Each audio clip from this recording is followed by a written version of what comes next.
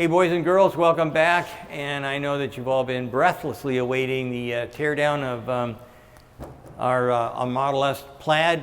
This is going to be the last time you're going to see it in one piece. We're going to talk a little bit about what we saw and what we liked and maybe what could be improved.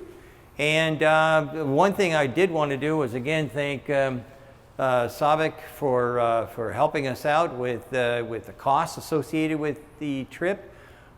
It was very nice of them, and for those people who say nasty things about Savik, just remember Savik is a giant plastic company, not an oil company. So with that, I'd like to jump right in, and Corey and myself and Ben are going to tell you a little bit about what we liked and didn't like about the vehicle. Mostly it's going to be likes. I mean, this is a really fine vehicle. It's not anything like what we had when we first got the Model S or the Y or any of the other Teslas that we've had in. This thing is really and truly a superior luxury car. So with that, maybe what I can do is I'll tell you what I didn't like, and then we'll go into the things that we really, really did like. So I didn't really care much for the wind noise.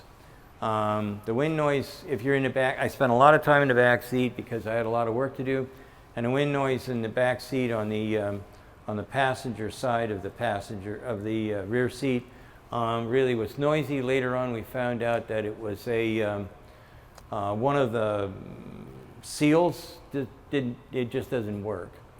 The other thing I didn't much care for was the seat belt arrangement in the back seat. It's very, very difficult to get that in. I highly recommend the easiest way to get rid of that would be to put an extension on the rear, like the receiver part of the seat belt. Then you can grab it and you can use two hands to put it together. Otherwise, you can't see what you're doing, and it just becomes a nightmare, a nuisance. And the last thing, I'm going to go in here and maybe just have a look at the car a little bit, but this rear seat is not Tesla-ish. I'd like you folks at Tesla to redo a couple of things, and it shouldn't be that hard. But number one, the seat is got kind of like the wrong angle, and if you're in this car for a long time and you're in the front seats, which I think are the best seats on the planet, everything's wonderful. But in the rear seat, for some reason or other, your back starts to hurt. Now, I never sat at all in the Model 3's rear seat, and I never heard anybody's complaints associated with the rear seat. But I would like to have Tesla kind of like look at some sort of a little redesign or whatever, and making this thing so that it's a little more comfortable. So that's my short list. In fact, it is a short list because we really didn't find that much wrong with the car. Now, Sandy, one thing about the wind noise is they spent a lot of money on laminated glass, front and rear. So this is really nice for blocking sound, I mean, in the windshield and all side mirrors. But if you can't manage your seal here, it's all for nothing. Right. And we were just constantly reminded with that whistle. Yeah. Now, this is not the side that comes loose, it's the other side. So if we swap over here and have a look, did anybody fix this thing for real? So here you go. You can see this is not clamped in. It just isn't doing its job. And like Corey just said, now I see there's some cat's paw here. I actually shoved something in there because the whistling noise got to me. But this is either a malfunction on the design, or this is I can't even assemble it. So anyway, something's wrong here. This needs to be fixed. I don't know if it's on every vehicle, but I didn't care for that. Yeah. All right, Sandy, so we rehashed some of the stuff we already covered in the road trip. Yeah. Now we want to get into the actual teardown. So Ben is going to run us through. Well, the one thing before we do that, there's one thing that I really think is kind of important that we should talk about, and that is these naysayers that say that, oh, the frunk, people only use it 10% of the time. Well, I'll tell you what, when you're looking at 10% of the time, this was the storage locker for the goodie bag. And when we came to different parts of the world, some of these things we sold, some of them we handed out. It was absolutely perfect. You can't believe how little things like this really make you a happy camper when you're fooling around with one of Tesla's vehicles. So I just wanted to throw that in there. Anyway, go ahead. Oh. Now it's the teardown. Yeah, so we're going to get into the teardown very shortly, and Ben's going to run through that schedule. But before that, I want to talk about my driving experience after we got back from the road trip. So everyone saw the road trip, 3,500 miles, but from mid-December to mid-January, I drove this as a daily driver. I have a half mile on a dirt road. I do not have a level 2 charger at home, and I thought it was perfectly fine. I think I only once had to go to a supercharger, even using just a regular 15 amp the trickle charger that comes with this, because we do have level 2 charging here at MUNRO and Associates. So using an EV in the winter, I wanted to see how it actually affected me. So I parked it outside, not in my garage. It got covered in ice and snow several times. The door handles had no problem busting out of that. I was able to open the lift gate with the whole car covered in ice, and this whole line right here, you could hear it cracking and popping, but the rear liftgate powered through. So even though this is a $140,000, performance vehicle, the vehicle we had swapped out with the all-season tires, no problems whatsoever. And because of the weight of the vehicle, I more had the feeling of confidence I had driving my heavier SUV. So when you're driving a heavier vehicle, the grip level and the confidence level, I find it to be more satisfying than a real light vehicle that's front-wheel drive. So I had no problems driving this for the better part of a month.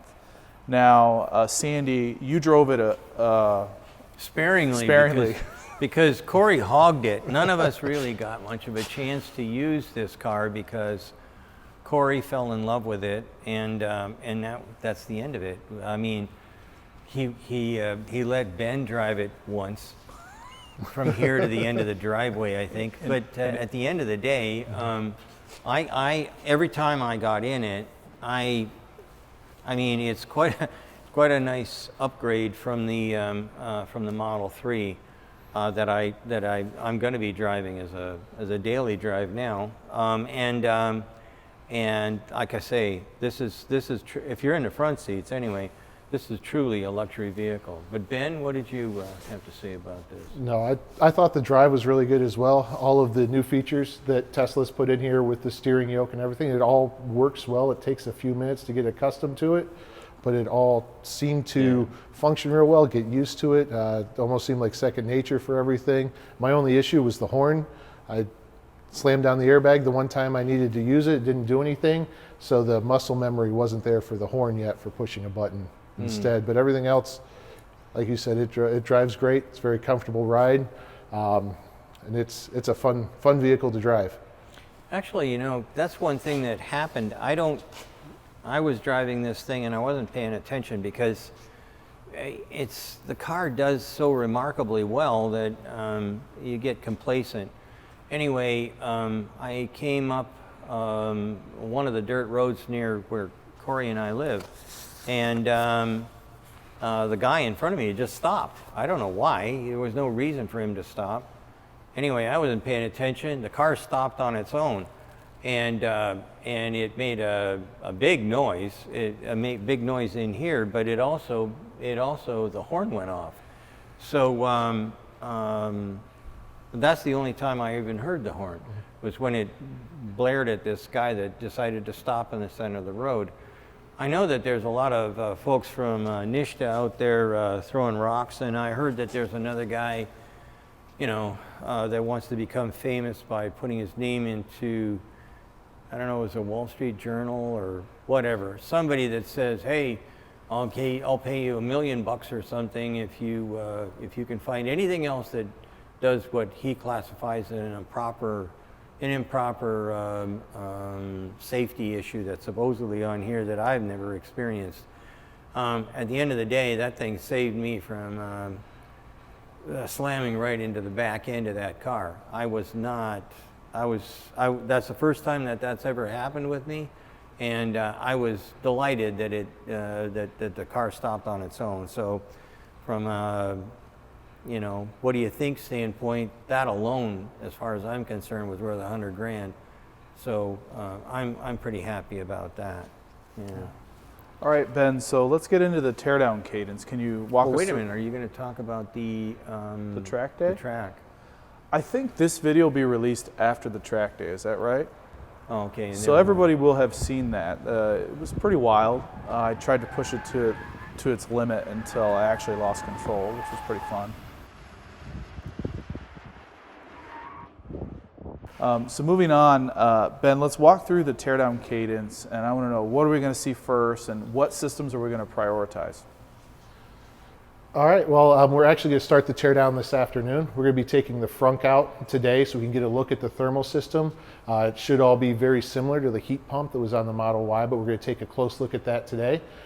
Tomorrow, we're going to put it up on a hoist. We're going to start draining the fluids, and we're going to get the battery pack out tomorrow is the plan.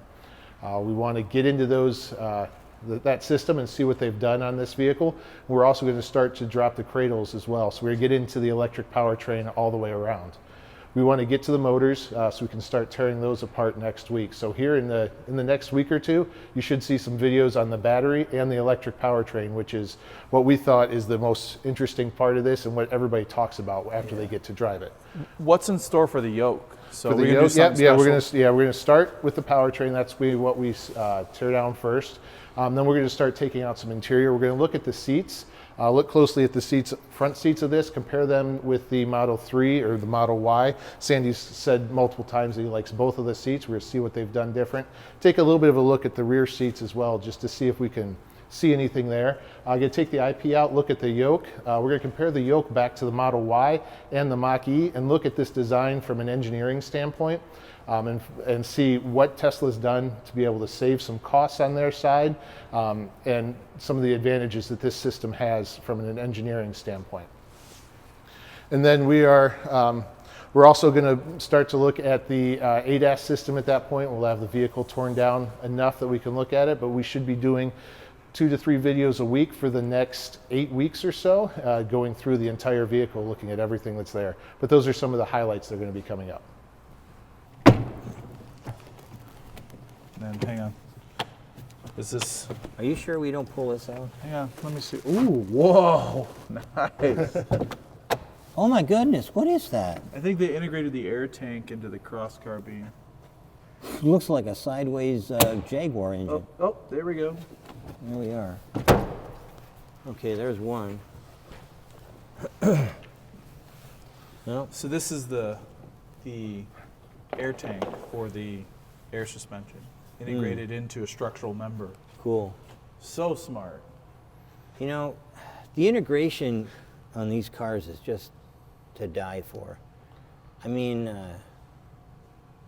to do this, you'd have to have the suspension guys, the hydraulics, pneumatics and hydraulics guys, the electronics guys, the structural guys, because this is also a cross-car beam.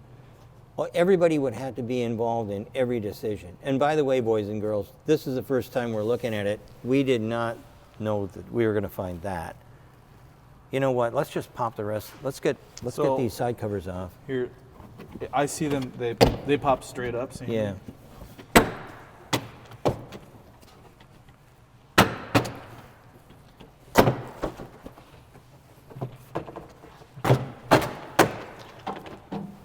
No broken Very clips. good, Brent. Look at that. Oh, look at, see, Corey didn't road. clean this car. That's what Corey's done. Here you go, Ben.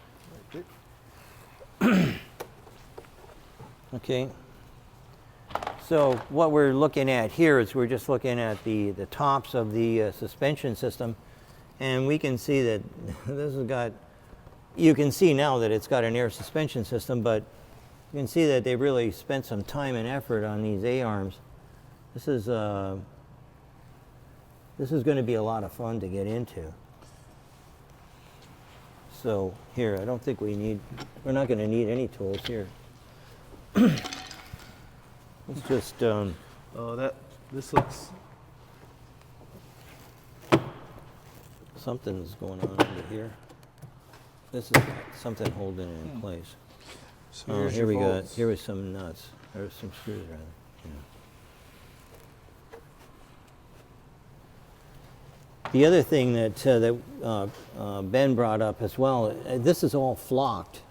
Flocking is something you use for, first off, giving it a more luxurious feel, but also it keeps the what do you call it? The noise down. So Does this that- has to be removed to get to the bolts. You look at the video to map it. Here, watch. Yeah. Pull this out. So, I might have to Oh, remove it. So it's a- here we go. It's got bits in there.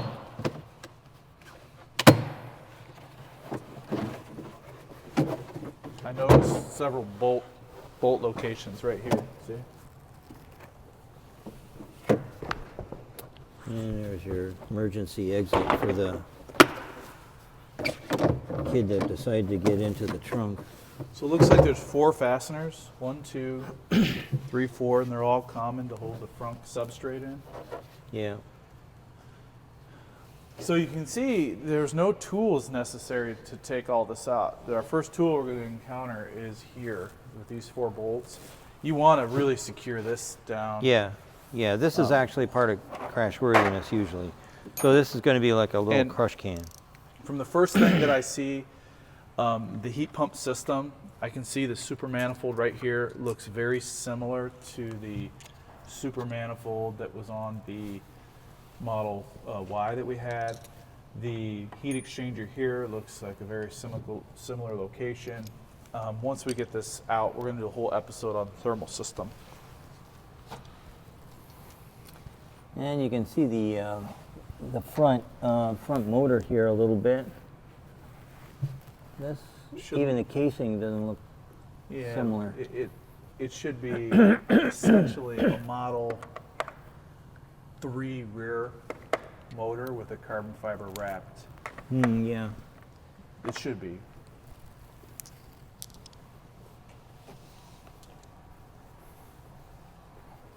Okay, so it's, So Sandy, let's talk about removing the trim. How did that compare to removing the trim on the Model Y? Remember that? okay, well the model, yeah, the Model Y stuff was broken. It wasn't really fastened. I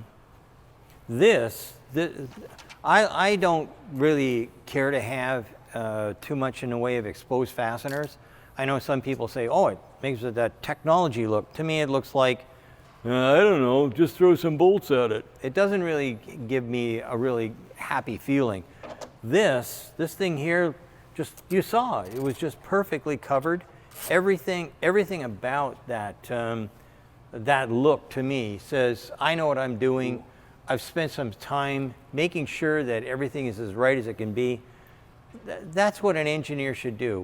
When you're an engineer and you're working on a car, it's like you're creating a baby. It becomes your baby, and you want to have your baby cute as you can possibly get it. And I thought that clean look under the hood here was absolutely wonderful. Or bonnet. I don't want to call it a hood anymore because it's really not. First thing I noticed, Sandy, I noticed when we got this was screwed all the way in, and this one was all the way down. So I wanted to see if there was any fender alignment issues, and I already see a large aluminum spacer right there underneath this fender mounting point. Oh yeah. Oh my gosh, and there's not over here. Yeah. So I don't know, maybe you can walk through body fitment.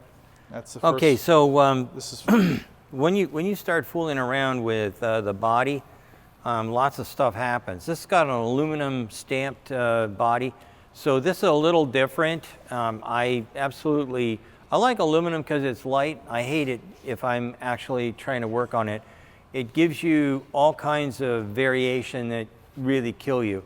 And that's why this is a low volume vehicle, because if you start getting in a high volume with with a high volume with aluminum, you start running into some serious issues. So let's just put the screws in the bottom here so we don't lose them. I've got a bag going over there for you. So. Oh, do you?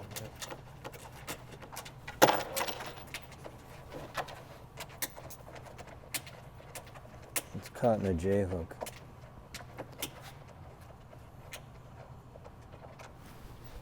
Are they the same? They're probably all going to the be the same. You never know.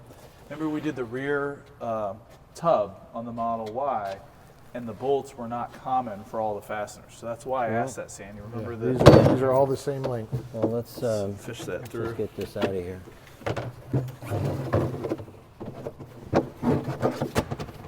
Here's you. So what do you think of this, Sandy? Well, You know? the tub is good, and apart from the fact that you've got to dink around with that cover plate, that looks pretty good. Well, look, a new nomenclature. I'm surprised people haven't picked this out yet. Super beam. With a happy face. We got super manifold. You got super beam, which is what they're calling that. They're proud of what they do, and that I don't know what the happy face is for, but anyway, that super beam works for me. I'd be happy if I was the engineer that did that. And you can see right now that lots of stuff is hung off of this, and I'm trying to figure out. I can't really tell what all's going on here, but there's lots of stuff that we're going to find as we start to take this thing to pieces. I'm pretty excited about this. The first thing that we noticed that we knew was on this from some research we had done is that the old super manifold and octo valve had two integrated pumps. We did hear that there was extra auxiliary pumps. This is what we typically see with other OEMs, where you have disassociated low voltage coolant pump mounted to a discrete bracket. But one thing I can say is they integrated the mounting provision into this casting that the AC pump or heat pump rests on. Same. So there is no separate bolted on bracket. So I can already see some ingenuity. If you're going to add an extra separate pump, at least don't add an additional bracket to the system. This is kind of interesting too. I've never seen a situation for the upper A arm like this going to a frame. Have you? Yeah, we'll have to compare and contrast to the previous model years. It's compact, anyways. That's the thing that I'm looking at. You know, this is it's definitely filled with stuff, but everything seems to be put in a spot that gives you the impression that this has been engineered and not just tossed together.